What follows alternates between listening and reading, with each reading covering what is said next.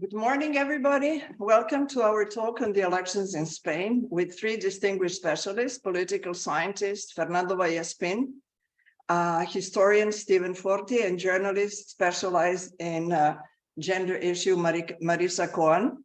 My name is Mirjana Tomic. I will introduce myself because we have a lot of new people in the audience, and I work for two Vienna-based organizations.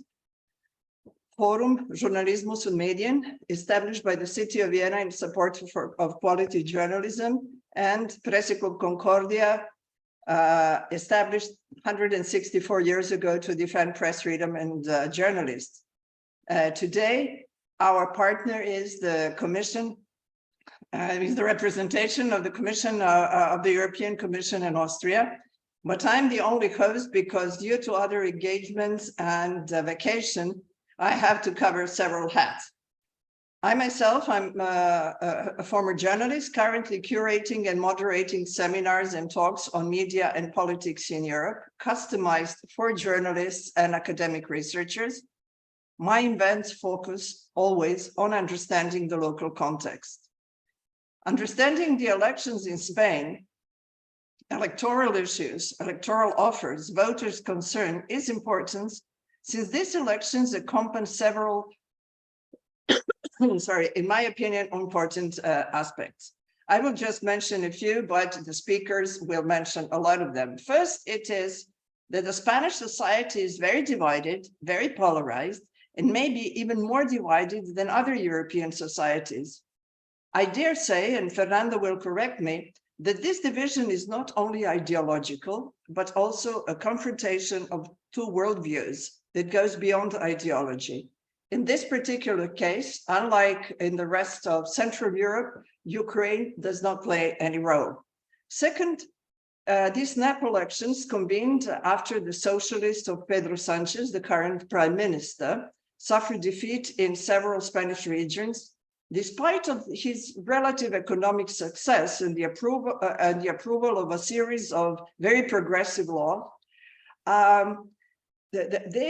he suffered defeats. Why? Why, although he was considered fairly successful, did he suffer defeat? Third event is a very personal element I would like to mention. I lived in Spain for many years, over a decade, even 12, 13 years. And when I gave talks, I always mention Spain as an example of how a society can be changed and really fast if there is a belief in democracy and European values.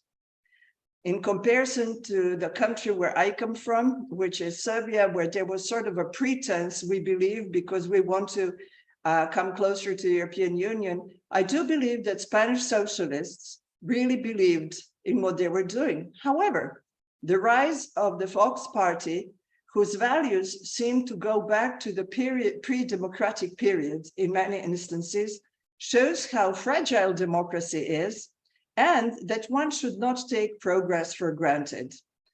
Thus, it is a very personal thing, but also it is an indication for the rest of European countries. The success of Vox, right-wing or far-right party, and their possible entrance to the government, should the mainstream right-wing party Partido Popular need a coalition partner, opens numerous questions. Why have democratic advances failed? Or why were the measures taken by the government really as popular, like same-sex marriage about 20 years ago? Were they as popular? Were they really debated? How deeply rooted in the society were these changes? Was the society ready? Is it ready for different laws that have been promoted recently, like the law on transgender? And just a short example, after the local elections, where the far-right Vox party entered in coalition with the mainstream Popular Party, some measures they have taken come almost from a playbook, like canceling theater pieces, or disapproving of all policies that combat gender violence, or questioning climate change when Spain is burning. And in several cities, they have even decided to delete or to not to delete. They have to well, let's say delete bicycle paths. So this is the framework. We have three speakers. The format is rather simple.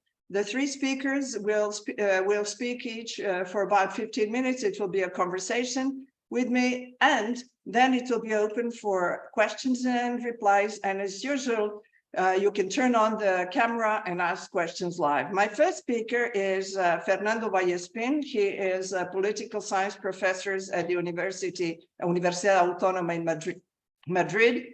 He was a chairman of the political science department and vice chancellor of the university. He was also president from 2004 to 2008 at the Centro de Investigaciones Sociológicas. It's a main government-related and publicly funded institute for public opinion and opinion polls. His main area of interest is political and democratic theory. He is also a columnist for several Spanish radio and newspapers. And he was recently appointed member of the Spanish Academy for Moral and Political Sciences. Fernando, it is indicated that the right-wing party, Partido Popular, this is a mainstream right-wing party, will win the elections, but may not have the majority to form a government. What is the main reason for dissatisfaction with the socialist government? You said when we were preparing this event that in Spain, the socialists have gone left and that the Partido Popular has gone right, and that the gap is growing. What is the reason? What are those concerns of the Spanish voters that Partido Popular and Vox are fulfilling? The screen is yours, Fernando.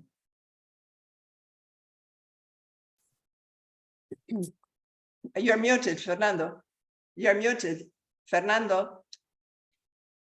Unmute. Okay. Yeah, I say, well, that's the key questions regarding these elections, but the answer is far from clear. I would say that we don't understand a thing about Spanish politics if we don't remember what happened to the Spanish political party system, which suffered an enormous transformation from, let's say, after the economic crisis, mainly after 2012.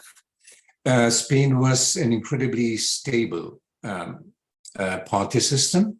We had a two-party system that was based on two large parties, so what the Germans call Volksparteien, so parties that could gain an enormous amount of votes, close to 40%, even sometimes above 40% of the vote. And there were the socialists on the one hand and Partido Popular on the other hand. So let's say leftists and rightists. And this broke down completely. New parties appeared and the whole party system fragmented. And so what we have now are two blocks. Two blocks, one on the left and one on the right. The leftist bloc is integrated mainly by the socialists and also by Podemos, and now by its succeeding party, which is Sumar. And the main, I think the most interesting about this bloc is that they can negotiate with radical nationalist parties, right? Whereas on the other hand, we have the rightist bloc, which was integrated by three parties: Ciudadanos, a new party; centrists, I would say, is Partido Popular, and recently, the extreme rightist party Vox. So what happened? What happens is simply that this Spanish politics became extremely polarized, and there's no way to be capable of achieving possible agreements between intra-blocks, right? So everything has to be decided within each bloc. And so the key point regarding these elections is, does any of those blocs has the chance of getting an absolute majority of the seats or not? So, and what the polls present is really are three possible scenarios. The first one, which would imply a blockage of Spanish politics, would be simply that the right doesn't gain. I mean, I think all the and most of the polls, I mean, if not all of them, present the Partido Popular, the PP, present PP as the winning party, but far from an absolute majority. And the question is if together Vox and the PP are capable of gaining an absolute majority of seats, which implies having at least 176 seats. And so there would be a blockage if there's not a clear majority, there's not a majority on part of the right, because they cannot count on votes from the left or from the other bloc.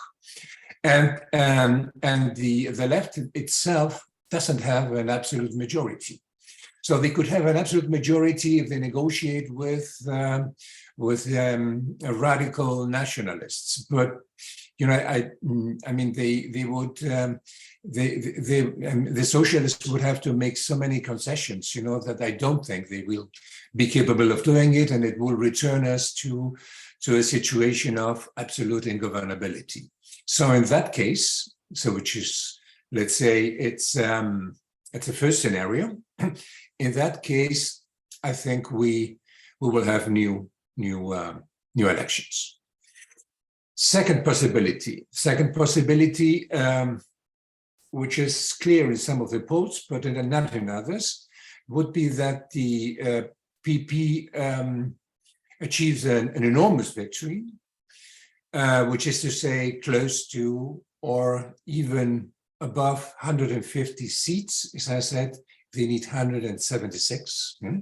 So they're still, but they may be quite close to gaining an absolute majority, or at least a very large majority, and at the same time having the chance of agreeing with Vox in order to have a rightist government. So that implies that they would have an absolute majority, of course, together, both of them. In this case, in the case of, that's why I call this the second scenario. In this case, if there's a large victory on part of the PP, I think they will refuse to incorporate Vox into the government. And so they would say, okay, so because they can only get this large majority if Vox breaks down in relative terms, right? So we have to remember that Vox has nowadays 15% of the vote and 52 seats.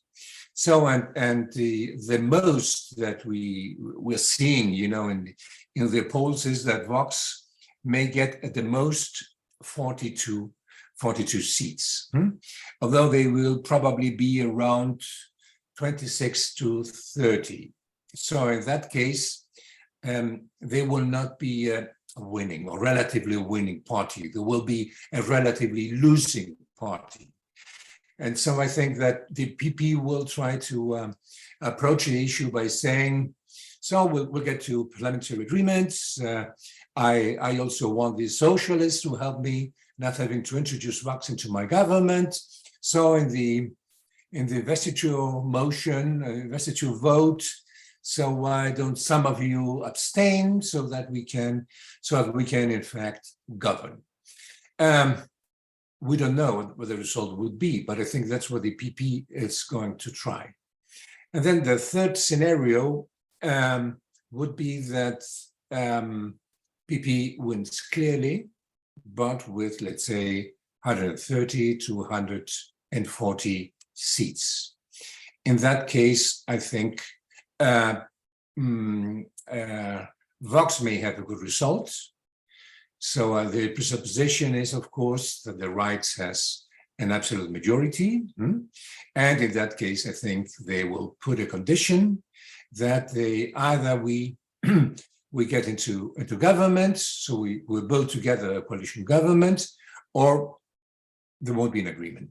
And so those are the three possibilities, although there are lots of differences among the pollsters themselves, right? So some of them give a far greater opportunity to the PP than others. So, and the big question is the right going to have an absolute majority or not? Fernando, can we focus on the issues and which issues are at stake on one side and the other side of this political divide? And also, why the socialists failed to get better results, or why the polls say that the right wing? Because from abroad, it seems like dismantling of certain democratic values that are that were, let's say, the pride of Spain. Yeah, but look, let me go back to some of the discourses that were implemented during the last not during this regional elections, but two of before them. You know, in two of them, the Partido Popular had absolute majority in two key regions: Andalusia first, and then Madrid. So, and what was the main discourse from part of the left? So, if you vote for the PP, it's the same as if you vote for Vox. So, this is a question of democracy versus fascism, which was presented in Madrid particularly, right? And what happened? What happened was that a clear majority voted in favor of the PP. And so in a certain way, the socialists are presenting these elections following the same rule. Voting for the PP is the same as voting for Vox. And I think this has important implications for the behavior of people. It may, on the one hand, mobilize people on the left, but people who are willing to have a rightist government are mobilized as well. So in a democracy, you cannot tell people you cannot vote for one of the main alternatives. You see, because people react against it. And so that's what we saw in Madrid, that's what we saw in Andalusia, right? And that's what we may see in these elections. So I think that was a wrong approach. Maybe it was the only approach that the socialists had in order to mobilize the left, because the left was, had collapsed, it was rather moody after the defeat in the local and the regional elections, right? So, but I think here is the problem. So, what is the right discourse? Because, as you said, well, I think for the socialists it would have been much better, maybe, to try to present all their achievements during these last 4 years, because I think those achievements were quite good. They were good in terms of the economy. They were excellent in terms of social issues. They were also great in terms of foreign politics. They were I would say magnificent in terms of ecological measures being taken to also the combat against climate change.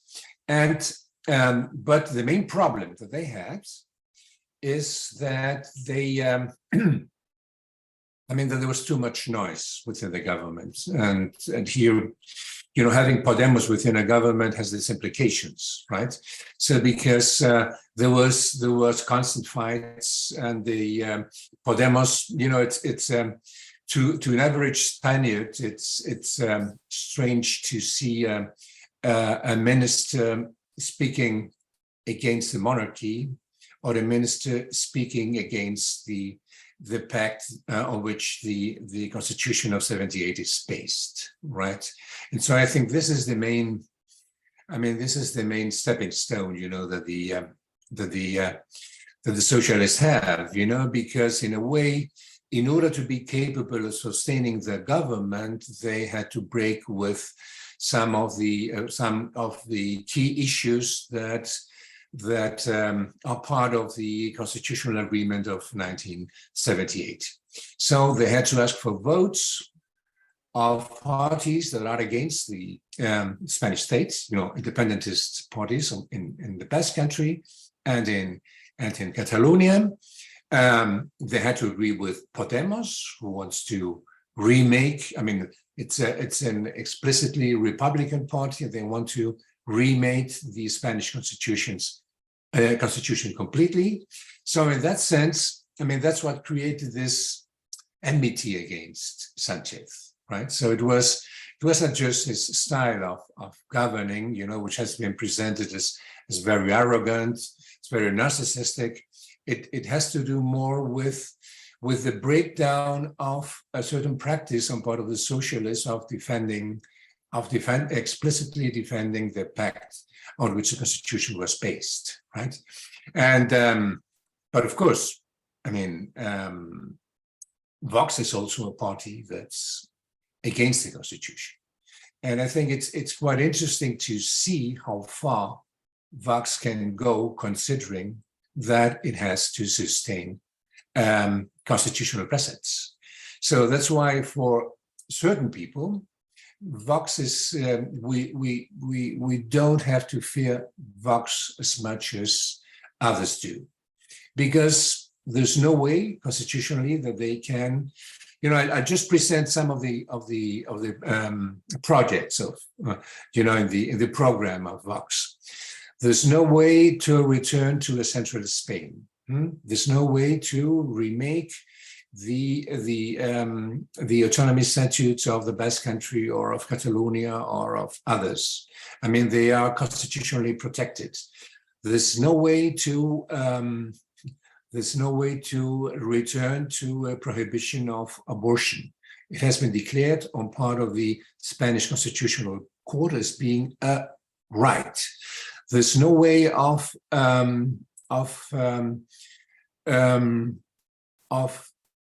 legalizing independentist parties.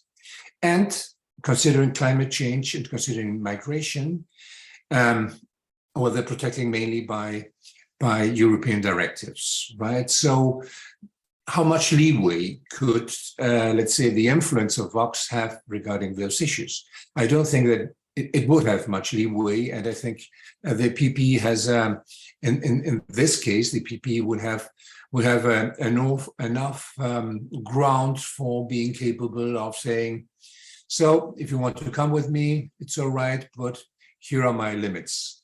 And our limits are constitutional limits and our European limits. But having said this, there may be a lot of leeway considering other issues, particularly LGBTI issues, or protecting of gay rights, or in education, particularly favoring more Catholic or private education versus or vis-a-vis public education, or favoring private health instead of the public health system.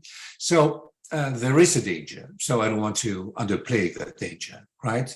Particularly symbolically, it's a way so that we go back to a party that reminds us of Francoism, right?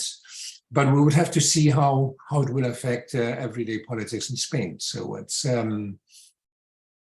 let's see. Before we go to Stephen to speak about Vox, I just want to ask you, Fernando, it seems to me that the gains were so easy to dismantle, or am I wrong? What we thought were all these, it was progress, enormous progress that Spain made since the beginning of the democracy, which is rather new or young in Spain. It seems like it is so easy to dismantle, you know, to question gender equality, to question gender violence, to have climate as an issue. Could you please explain why these issues are central issues? No one talks about economics, etc., etc. For example, when it comes to climate, there was yesterday, I think, or 2 days ago, a big reportage on Euronews how the you know, Spanish agriculture in the south is using huge amounts of water, and there is no water. You know, Spain is burning. Shouldn't that be number one issue? Could you just give us a few examples about that, and then I will ask Stephen to speak about Vox. Yeah, but I think the first thing we have to consider is that Vox is now representing 15% of the population. They got 7.5% during the local elections. So in that sense, it's a small party. So it doesn't represent the majority of Spanish opinion. I started by explaining the difficulty of governing in Spain because of those two polarized blocs. And that's what gives Vox such an enormous strength. If it were in Germany, the AfD has 13% of the vote right now in parliament, and the polls give it up to 20%. I don't know if they're going to get it ever, but in Germany, it's no problem because in the end, all other parties can agree against them. That's impossible in Spain. And I think this is one of the most salient issues. How can a party that may get the best 13% of the votes put the whole democratic system in jeopardy? I think they can't, but they will try. And all other parties are responsible regarding this, because as we have seen, only 2 countries in Europe are capable really of excluding the extreme right. First, Germany, because anyone can pact with anyone else, right, against the AfD. And the other one is France, because of their electoral system. But what happens in the rest of Europe? So if the right doesn't have enough votes, they're capable of negotiating with the extreme rights. And so in that sense, it doesn't seem to be symbolically as important as in Spain because of our Francoist past, of course. But you know, it's expressive of a change that's happening in Europe, where in some political systems, the extreme right is considered to be another party. I agree just with like you, Fernando, just that in some countries, the far right, like in Denmark or in Finland, do not go against women. So, and they use the gender issue against Islam. So you're absolutely right. And I live in a country that had the far right in the government more than once. But the issues are, or the focus is slightly different, but we shall continue in that. My second speaker is Stephen Forti. He's a lecturer at the Department of Modern and Contemporary History at the Universitat Autònoma de Barcelona. His research focuses on fascism, populism, nationalism, and extreme right in contemporary times. And his latest books is, in Spanish, it's Extrema Derecha, is Far Right 2.0. He's currently a local coordinator of the Horizon Program research on analysis and responses of extremist narratives. For those who know my other events, I have to say that Stephen is a bit of an exception. He's not Spanish, he's Italian, but he is our speaker for the 3rd time. We invited him for the first time to speak on Catalonia when we could not find anyone from Catalonia who was free of passions. And ever since, we have invited Stephen as a great connoisseur of Spain, but also later in the discussion, if you want to ask him about Catalonia, that's his other specialty. Stephen, what is, in your opinion, the key to the success of Vox? Who are their voters? And do they vote for the Vox policies or against the policies of other main parties? Stephen, the screen is yours. Thanks, Miriana. Good morning to everybody. It's a pleasure to be here another time with you. About Vox, so taking account that Vox is a latecomer in the family of the radical far-right parties in Europe, was founded in 2013, but really until 2018, the month of December, didn't enter in any parliament, regional parliament in Spain. So it's in the last 5 years that you have Vox with representative and seats in more or less local, regional, and national parliament. So I think this is important to try to answer to your question, because the point is that a protest vote could convert often after some years in an ideological vote.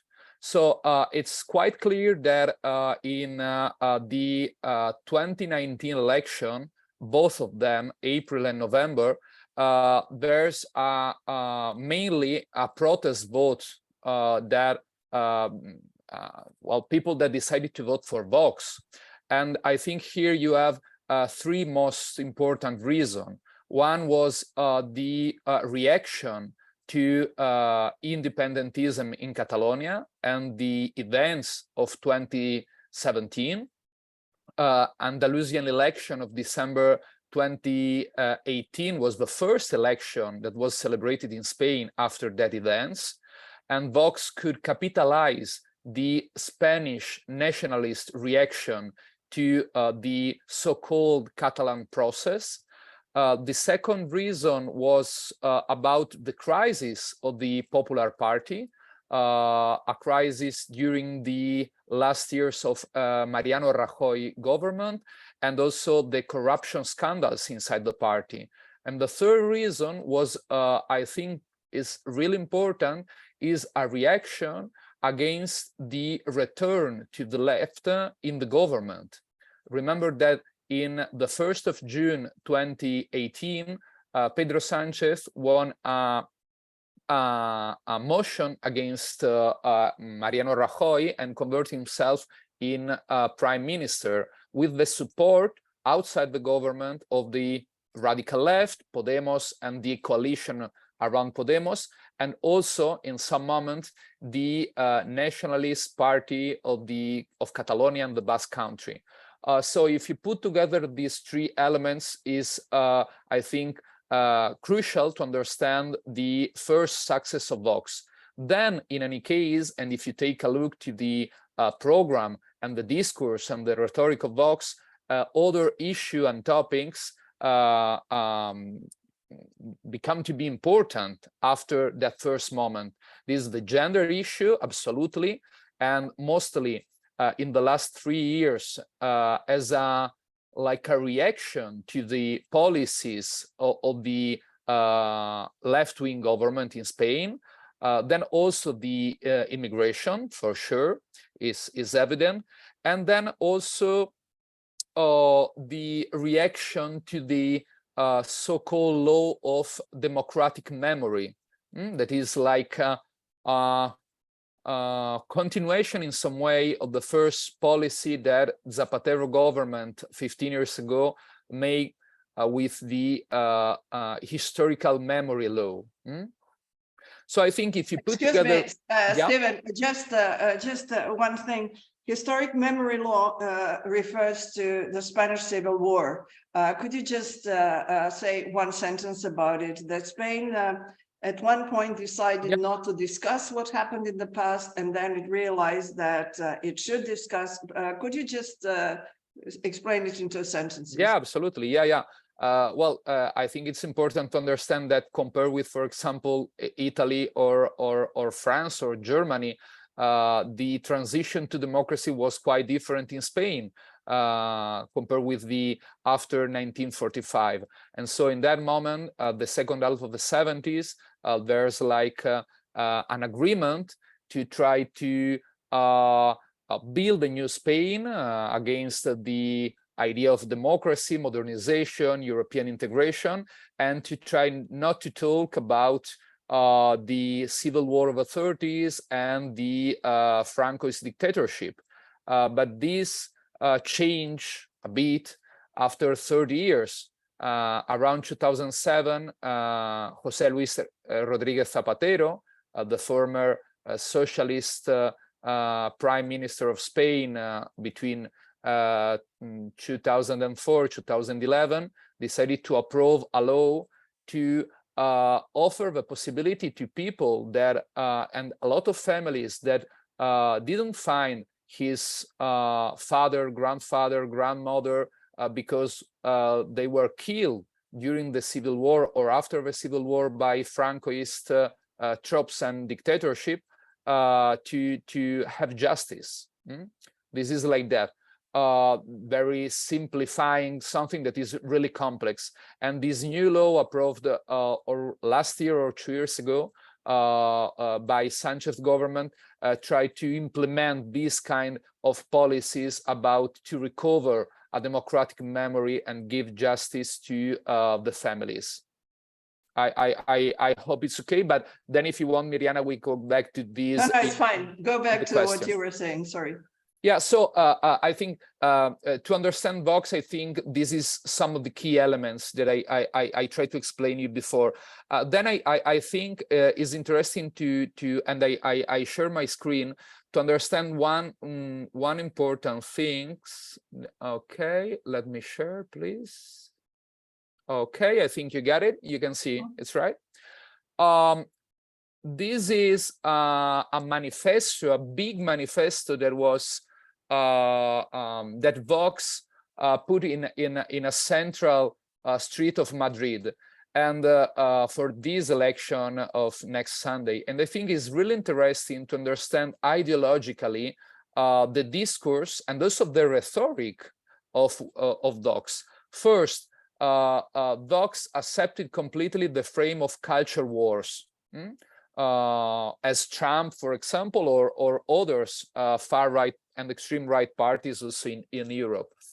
Second, this image show us, you can, I think, understand a hand with the Spanish flag that threw away everything that represent the bad things.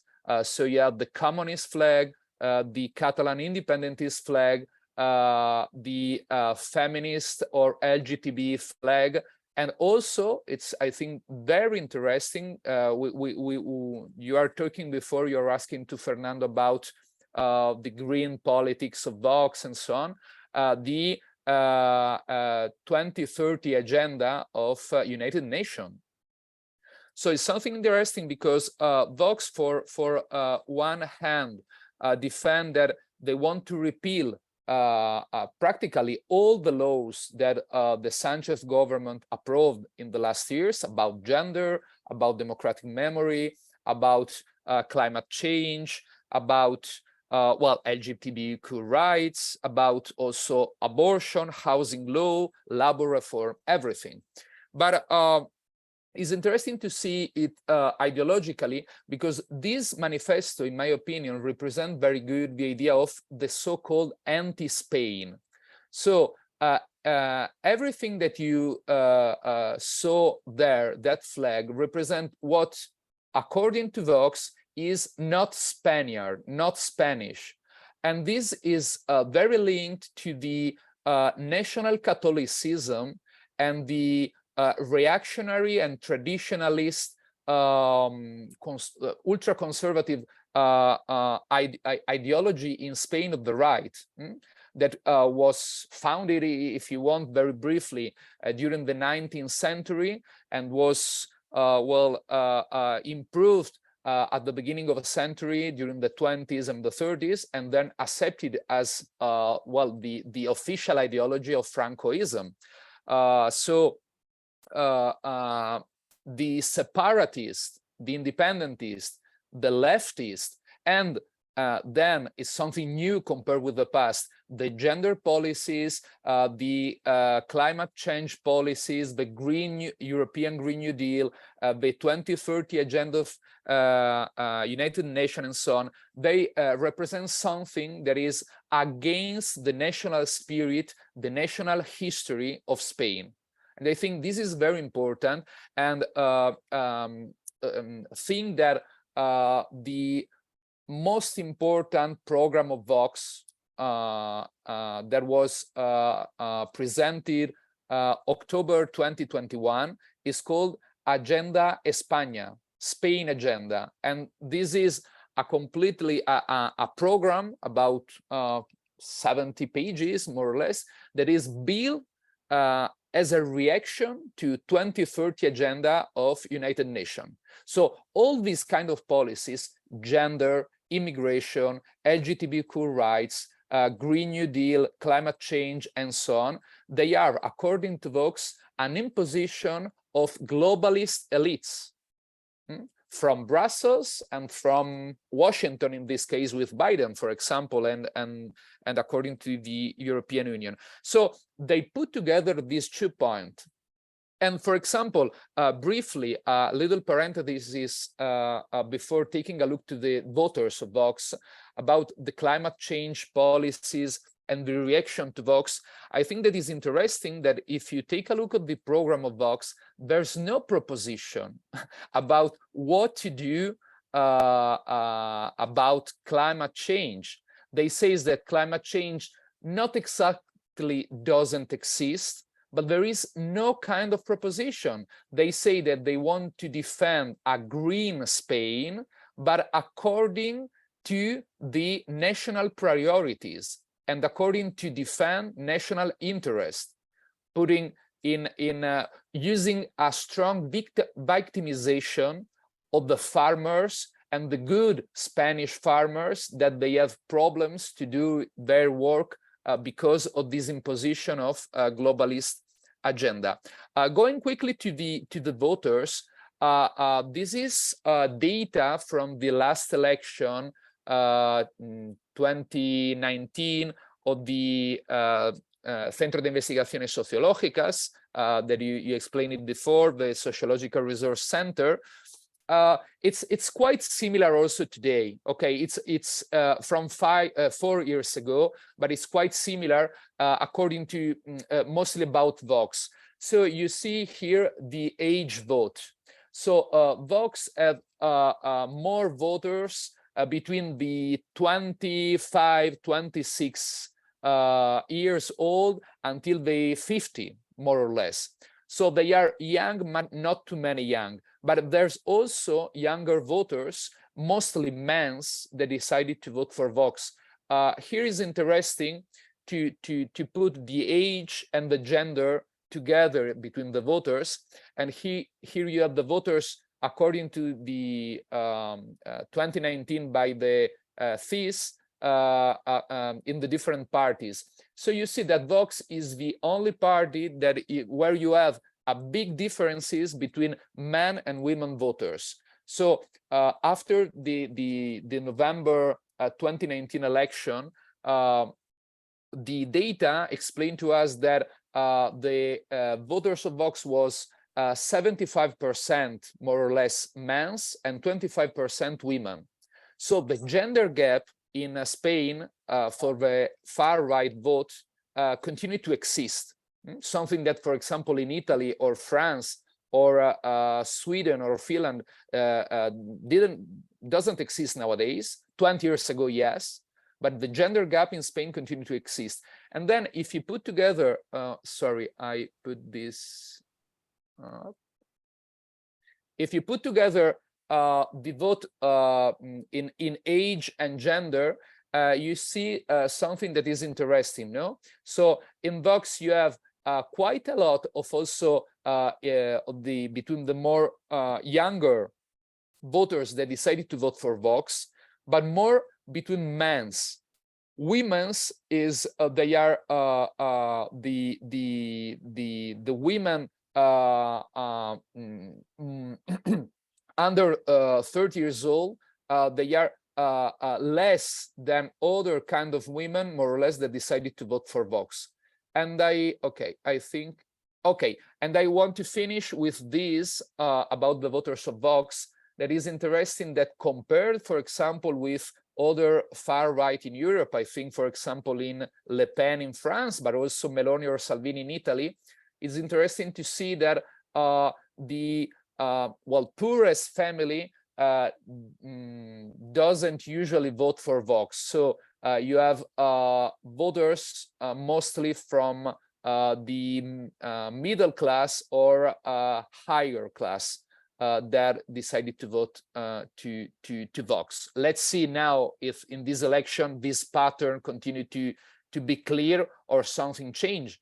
It's also a possibility. Is there a question of educational level? Who votes for Vox? Yeah, the level and urban versus rural areas, or it is more regional? Well, I think gender gap is important to understand the vote to Vox. Also, the economic situation too. Then the educational gap is important. Yeah, absolutely, is important. So to try to create like a profile of the Vox voters, you have more men, a man, not older, more about 20, 30, 40 years old, not so poor, and with a low educational level. It's like a so-called profile that until now could work. Let's see after next week.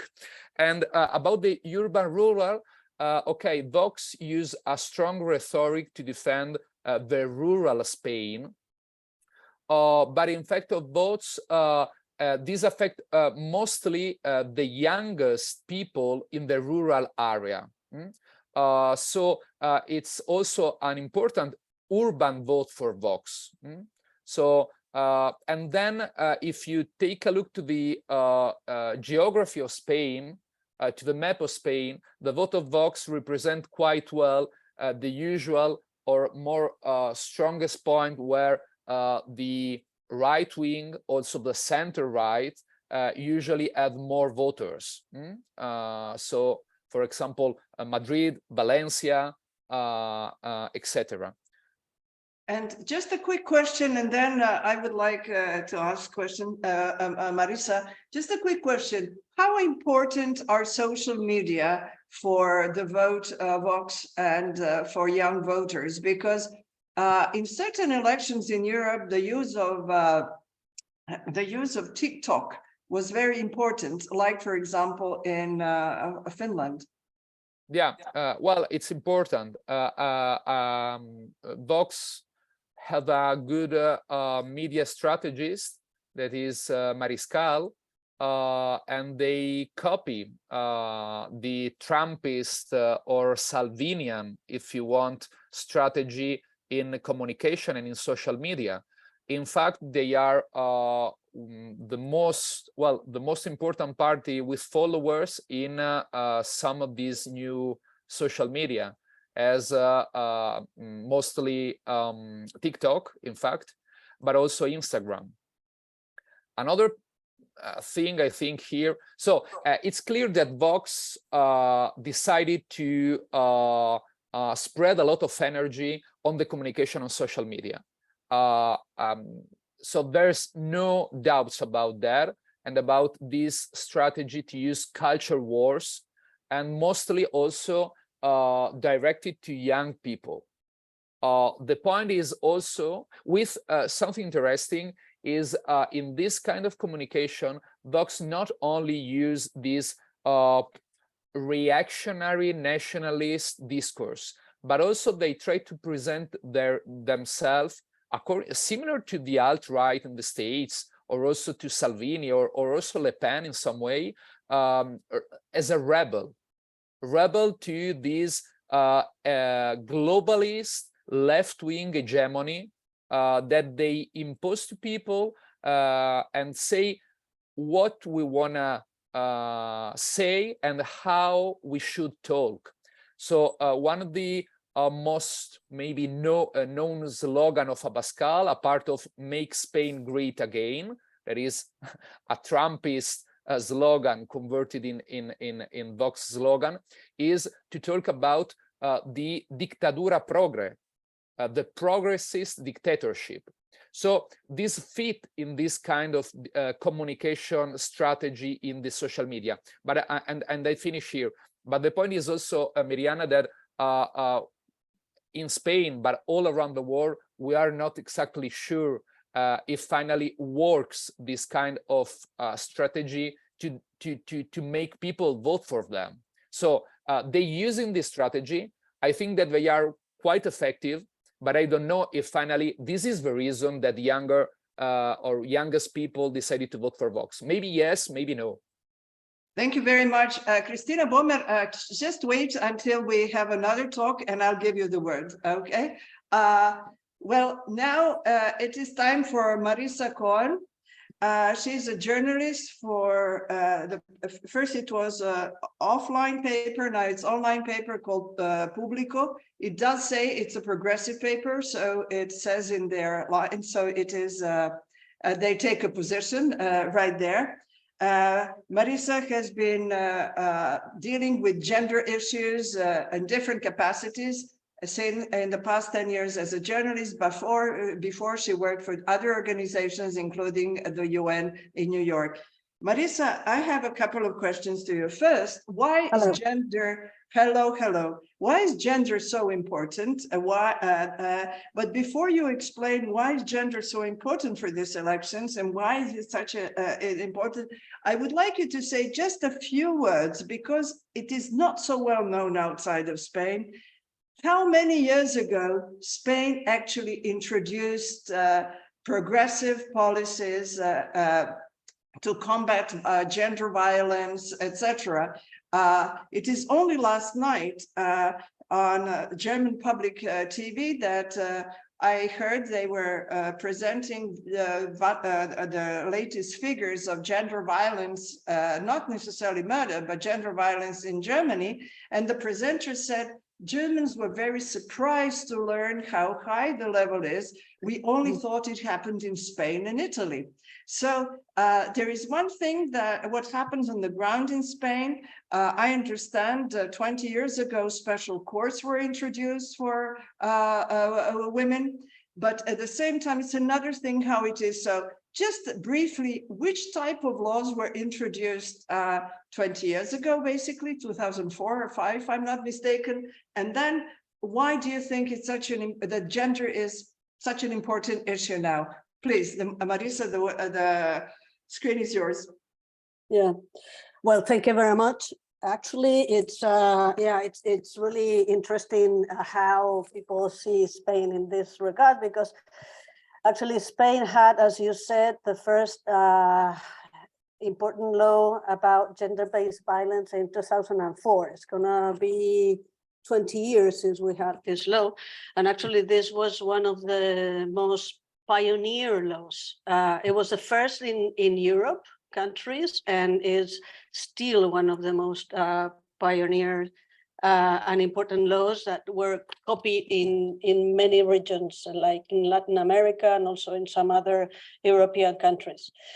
So the government of Rodrigo Zapatero, which is a socialist, approved this law, and it's very interesting because in 2004, actually the whole parliament voted in favor of this law.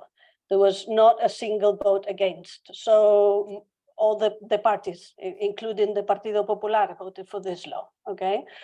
Then we had another very important law in 2007, also with Zapatero, which was the equality law. So that these two laws are like the key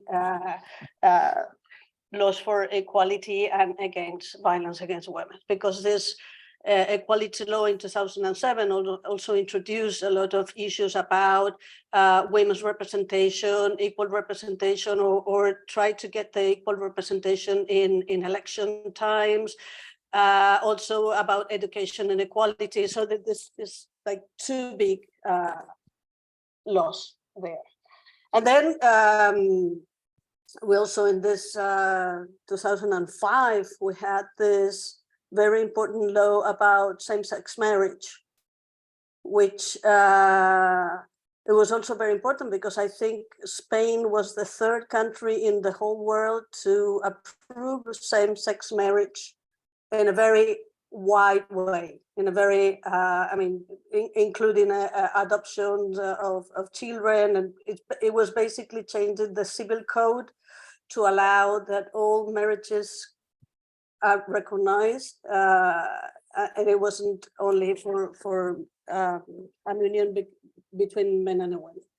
So we come from a long history and a long fight in women's issues and LGBT issues.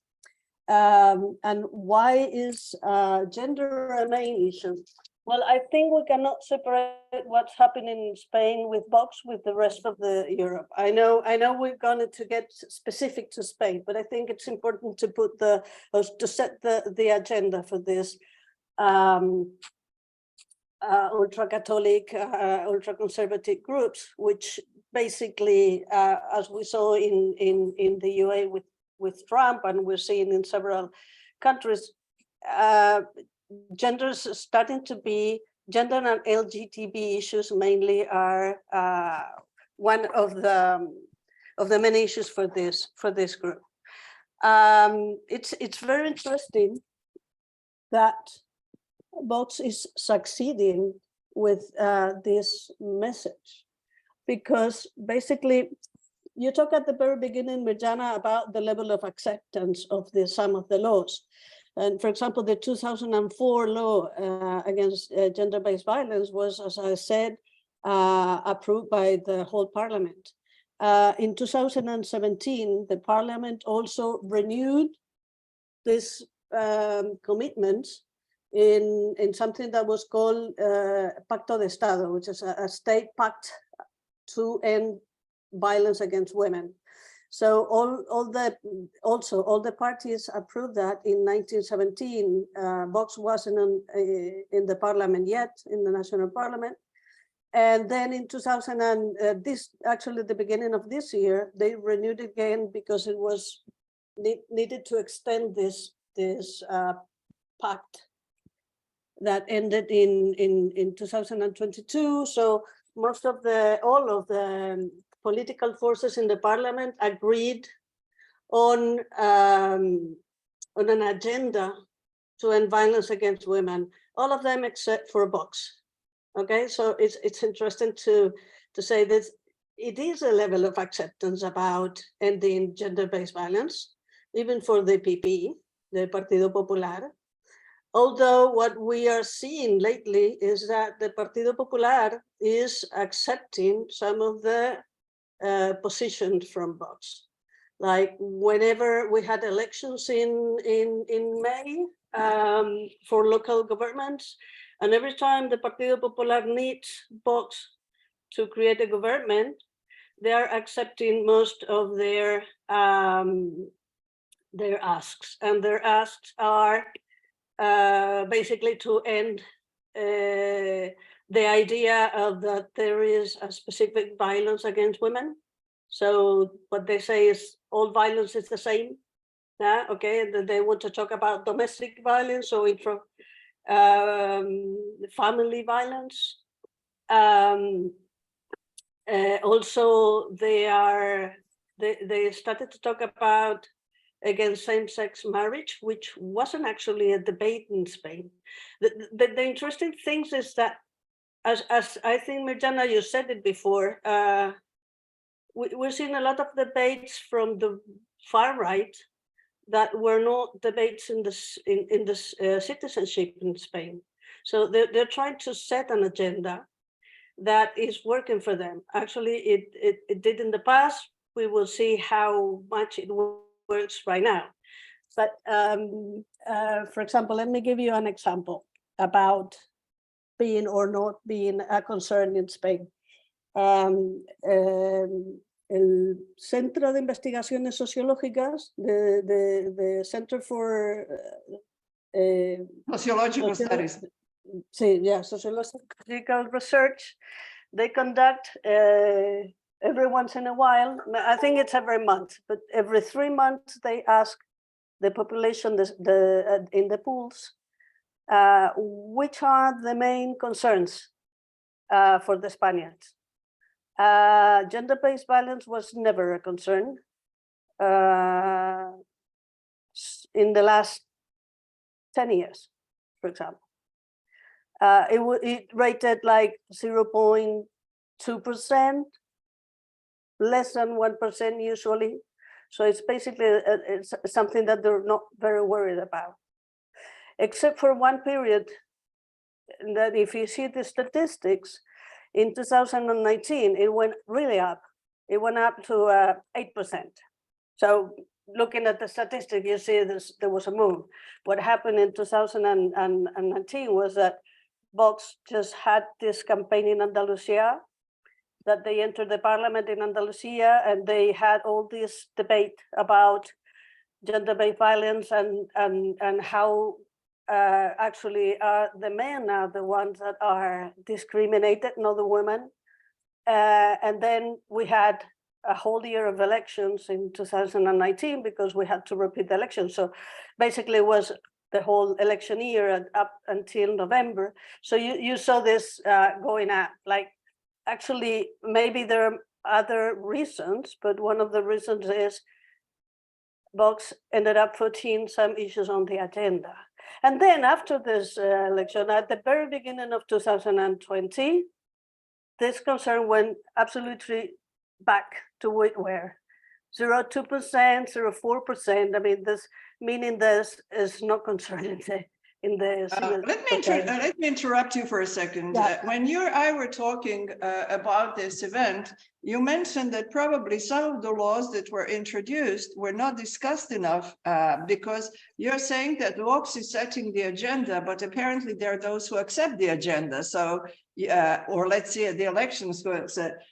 Could you just really briefly, and then I'll explain these two laws, recent laws that have been even in the international media, and that is the law about transgender and the law only yes means yes, solo SC, that due to some problems in the definition, actually led a lot of rapists into the streets who were previously in jail. Could you just explain it very, and then Fernando, then you can comment, just very briefly, please. Yeah, okay, very briefly. I think some of the laws approved in Spain, there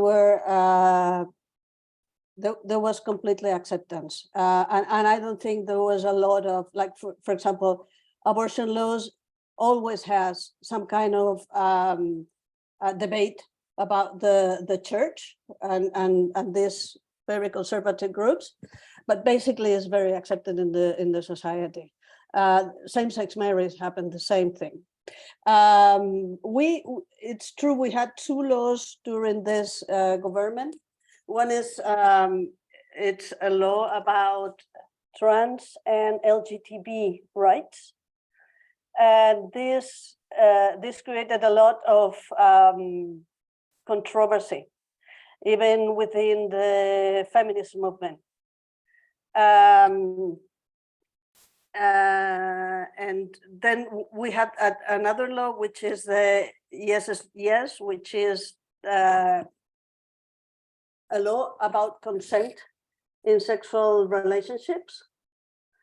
And this actually had a problem in the judiciary system, because and this was also very interesting to see, because we had the judiciary system part in two. It wasn't only the society; it was also the proper judiciary system. Like the prosecutors in Spain understood that the law was like right and a way to interpret it. And then we have the Supreme Court that had a different way of interpreting it. So, you know, we had two pieces of the judiciary system saying things actually opposite things. What happened actually is the judiciary system, part of the judiciary system understood that the way to transition from one law to another was actually to reduce it if a person was condemned with rape and the judiciary system, the courts put them like the least how do you say that, the least Well, the point is that condena, right? Well, yeah, but this just this that they had with the new law to follow the same rule. So there's some of the penalties came down. yes, Okay. and some rapists were actually let free. And when it comes Yes. to gender law, I just want to say it was at the age of 16, people can decide about their gender without parents' consent. Yes. Fernando, you rose your hand. Yeah, quite briefly, I do agree completely with what my colleagues have presented right now, but I think there's one thing that's quite important in order to know the case of Vox in Spain, and which introduces an enormous difference vis-a-vis other extreme rightist parties. And Stephen has mentioned it at the beginning. So the extreme right in Spain has always been extra parliamentary, except after the Catalan rebellion, so to say, right? And so Vox is mainly an ultra Spanish nationalist party. And we cannot forget that.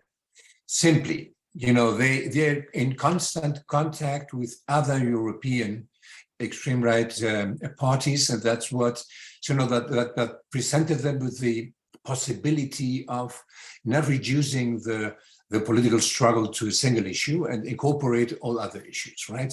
So in most of the neo-populist countries in Europe, the main issue is immigration. In Spain, for Vox, the main issue is Spain. I think Stephen underlined it, but I think, what gave really strength to Vox was, the Catalan issue. And I think it's very important to underline it, because following what Marisa said, if we see what the Spaniards think as the main issues, and because I was president of the CIS, I know quite well, how the question is being asked. It's an open question, so they don't get a sheet where you have to say which of the possible problems you agree with. So it's spontaneous answer, and immigration is incredibly low in Spain. So it's around 6% or 4%, right? And so climate change is also incredibly low. So this and this introduces also, so it they may make noise with those issues, right? But what really matters in the end is the Catalan issue and the idea of Spain, which is unique in Europe. So we only have something like that in Belgium and maybe in the United Kingdom. But apart from those countries, this is a specific Spanish issue, right? Thank you, Fernando. Cristina Bomer, you raised your hand some time ago. Please go ahead. Cristina? Yes, can you hear me? Yes, and please introduce yourself. Yes, hi, hello. My name is Cristina Bomer. I'm a journalist from Slovakia, but I'm based in Spain, in Barcelona. Basically, thank you very much for this discussion. It was very interesting. Basically, Marisa answered my question, what I wanted to ask before, but still maybe a little bit.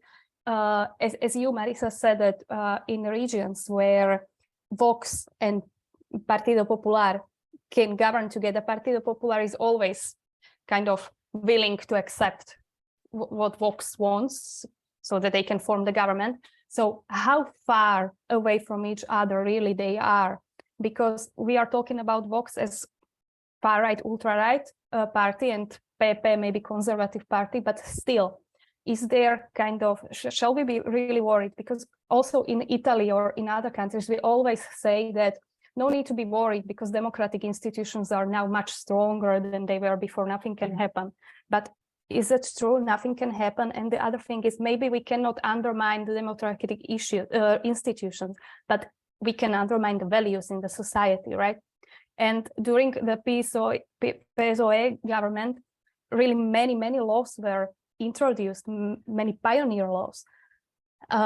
What happened to the Spanish society? Like, is it, as you said, the gender issue or immigration or what they want? Okay, we know that they don't want immigrants here. They don't want discrimination against men. what do they want? What can Vox, except of nationalist view, offer them, and Partido Popular as well? Thank you. Who are you asking? Oh, maybe everybody. Okay, Marisa, go ahead. Okay, thank you for the question. I think in the paper, Partido Popular is all right with social issues. I mean, if you read the program, the electoral agenda of the Partido Popular, it's all right. I mean, they're against violence against women. They, put some 7, 8, 10, I can't remember exactly how many measures, and you can, I mean, the Spanish society can rely on that. So one thing is what Partido Popular is saying in their program, and the different thing is what they do when they need to get to governments. And we've seen this in several cases recently, forming, the local governments. And in the local governments, Partido Popular is very willing to sign agreements that goes against what their agenda is. I think it's very interesting to look at what happened in Andalusia, because in Andalusia we had 4 years, a full period of Vox within the parliament. They were not in the government, but they were in the parliament. And basically what happened in Andalusia is that Partido Popular talked with one voice and Vox talked with a different voice. But basically what feminists and society, a lot of people in the society are saying is that even though they didn't actually eliminate these policies, what happened is that these policies get watered down. They didn't put people with a good vision. They didn't fuel money on these policies, and basically they're dying. So there's different ways you can do it. You can abolish laws, or you can basically not apply them. And basically what's happening in Andalusia is that. So they're going backwards in rights and in the fight of violence against women. And I think this can happen, holistically in Spain if both parties need themselves to form government. One thing is what Pepe says, and they say, we are the barrier because we have red lines. And basically, when you see the agreements they're signing, there are no red lines. Thank you so much. Stephen? Yes, very quickly to a point, 3 things that is connected with the question of Christina. First, I think it's interesting to understand that 7 of the 10 founders of Vox 10 years ago were former members of Partido Popular. I think it's something interesting. And Abascal, the first one, was during 20 years a local leader of Partido Popular in the Basque Country. And connected with this, mostly the voters of Vox coming from Partido Popular. So this is something also interesting to understand. And Partido Popular knows that. Third point, according to different survey, seems to be that around the 70–80% of the voters of Partido Popular doesn't have fear to an agreement with Vox. So it's something also interesting, because in Germany with the CDU, it's not the same. The voters of CDU are not have fear mostly to an agreement to AfD. And the last point I want to point out is that maybe is interesting for all of you is the differences between Vox and other far-right parties in Europe. I think there's 3 issues that are interesting. Firstly, geopolitical issue and topic. Mirjana said before that, and it's true, the war in Ukraine, it's not a topic in this election, and it's true. But then Vox have a pro-NATO position. So it's different from Le Pen and Salvini, for example, or Orban, or also AfD. Second point, the values. We talk about gender a lot, but all the values position of Vox, it's very similar to Poland and Hungary, to make an example, more than, for example, France or Netherlands or Scandinavia. And the third point is social economical policies. Vox is a neoliberal, ultra-liberal party, but after the pandemic, they try in some way to introduce some social policies that they are not exactly clear. I think it's my opinion that is more rhetoric than other stuff, but compared with the first program of Vox, they introduced something. I don't think that now Vox is like comparable to a welfare chauvinism far-right parties as a Le Pen one, but also Salvini. But they try to introduce something after the pandemic. So I think to finish, that it's interesting to understand this, also to see what who are the allies in Europe of Vox. Vox is inside the ECR, conservative and reformist European party, with a law and justice in Poland, with Meloni, that they are maybe the closest allies of Vox. Giorgia Meloni sent a video a couple of days ago for a meeting of Vox. So I think it's something to take in account too. Thank you, Stephen. I have two questions that I'll read. They're in the chat. One question is from Hungary. It is to you, Stephen, from Rudolf Berkes from Political Capital Institute. Could PP Vox coalition government become a partner for far-right parties on European level? I'm especially interested in this scenario's effect on Fidesz and Hungary. And the second question is to Fernando from Gertraud Boreodolmo. She's, I know because she's in Vienna, she's director of one of the most important think tanks here in Vienna, Kreisky Forum. What do the developments to the far right tell us about our, capital our, failures in communicating progressive politics with our citizens? So please complete your thoughts, Stephen, and then please, Fernando. Yeah, thanks, Mariana. Quickly, and thanks to the question. Well, I think, as Fernando said at the beginning, will be really crucial the correlation of forces between Vox and PP. So if there is a coalition government on the right, extreme right in Spain, well, it's true that Vox, and it's a difference, for example, with Italy, Vox will be a junior partner.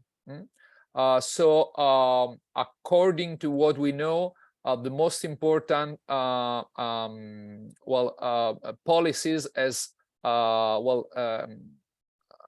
Interior Minister, Affaires Étrangères, and so on, they are in the hand of PP, a member, and PP is a pro-European and pro-European integration party.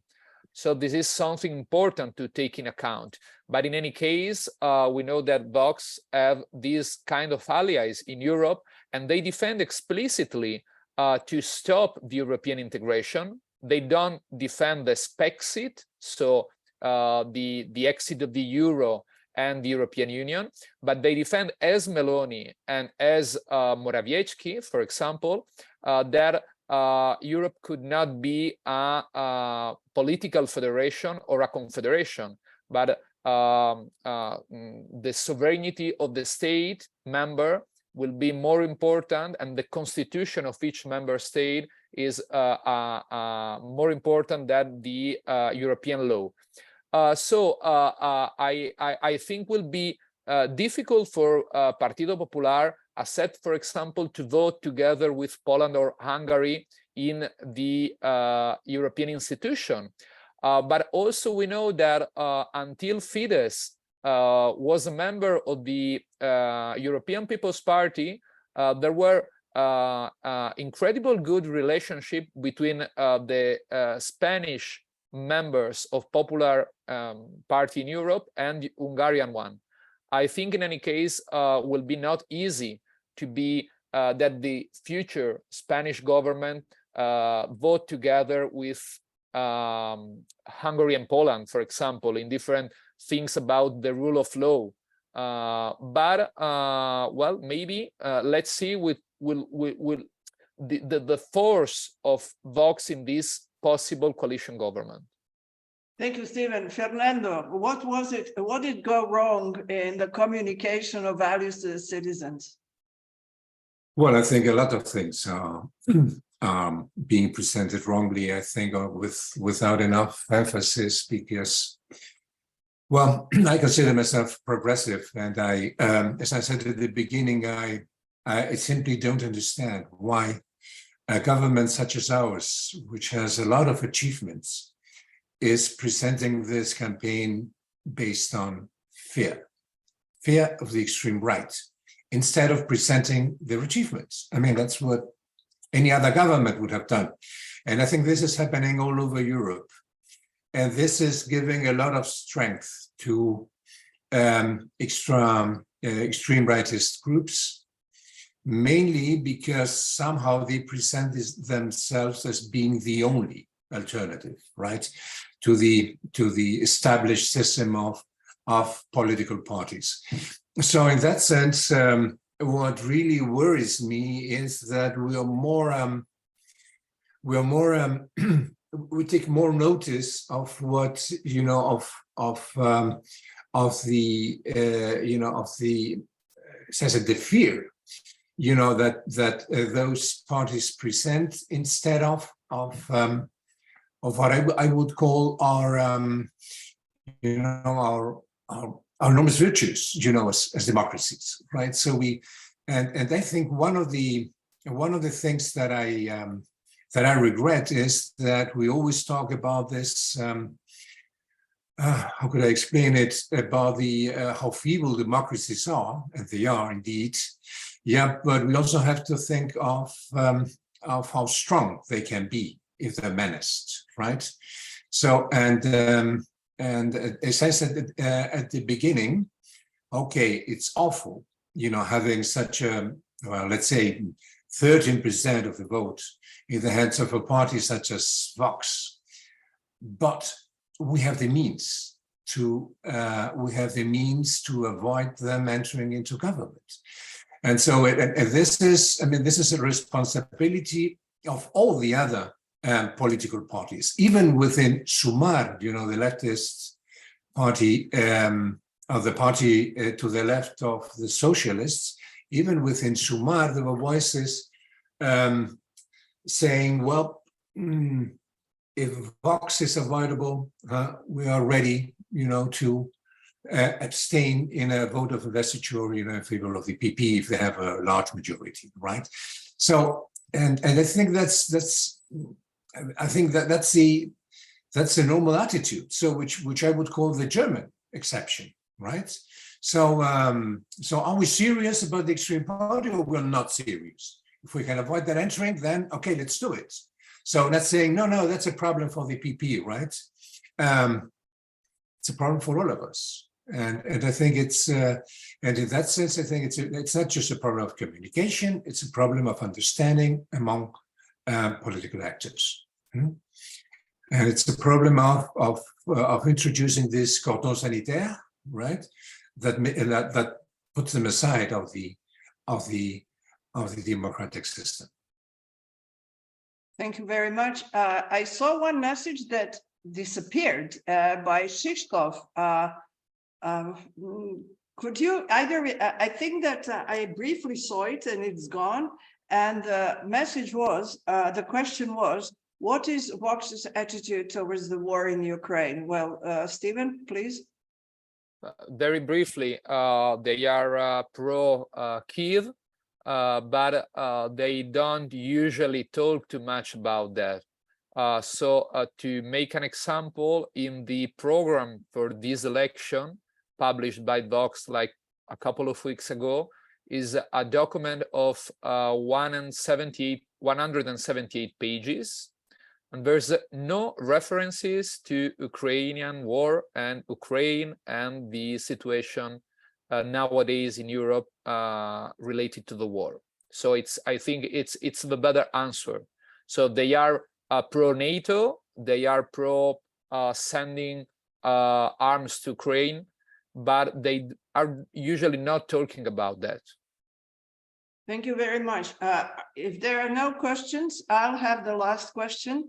And the thing is, as Fernando explained at the beginning, the Spanish public sphere is very divided, but also the media sphere is divided. I wonder, is there one media in Spain that gives, let's say, a balanced situation or a balanced overview of what is happening, or media is part of this general polarization? I once remember in Madrid about 15 years ago, I told somebody, why are you listening to this right-wing debate when you know they don't say all the facts? And the reply was, but the left wing has their own debate. So, you know, we stick to, so it was bubbles before bubbles appeared on social media. Can you tell me really fast, do you think that the media, the way it is, the way it functions in Spain, I'm thinking of the debates on the values they defend, just really briefly, do they contribute to the polarization? Well, let's start with you, Fernando. Oh, yes, indeed, they do. And they do. And they, you know, for instance, this concept of Sanchismo, which is, you know, the main etiquette through which the campaign on part of the right is being guided, you know, it's a media construct. I mean, it has been constructed by the media, right? But I would say the right is more dependent on the media than the left somehow. I think even the government had more influence on the media, right, than the other way around, right? So the right is really almost, you know, it's almost